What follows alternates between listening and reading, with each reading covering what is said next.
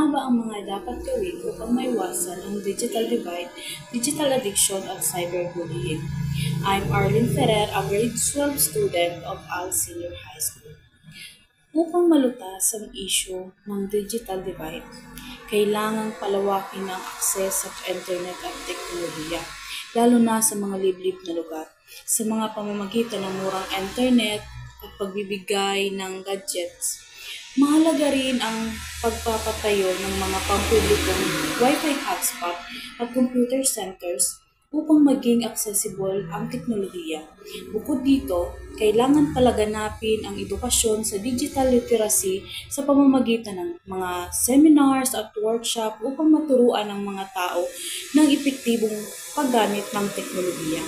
Malaki rin ang maitutulong ng suporta mula sa gobyerno at pribadong sektor sa anyo ng subsidies o grants para sa internet access at pagbili ng mga gadgets. Pangalawa, upang malabanan ang digital addiction, kailangang ituro ang responsableng paggamit ng teknolohiya, lalo na sa mga kabataan, sa pamamagitan ng pagsama nito sa kurikulum ng mga paaralan.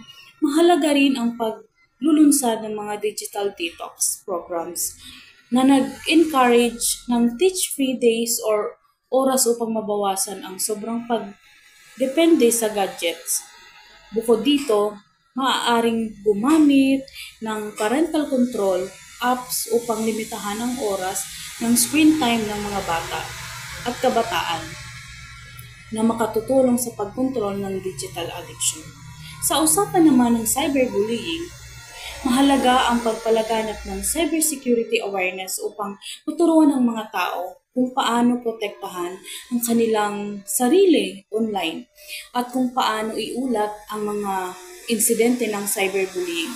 Kailangan ding paigtingin ang pagpapatupad ng mga batas laban cyberbullying upang mapanatili ang seguridad sa digital na espasyo. Higit sa lahat, dapat mabigyan ng counseling services at support groups para sa mga biktima upang matulungan sila sa kanilang pinagdaraanan. Sa mamamagitan ng solusyong ito, maaaring mabawasan ang mga negatibong epekto ng digital divide, addiction at cyberbullying.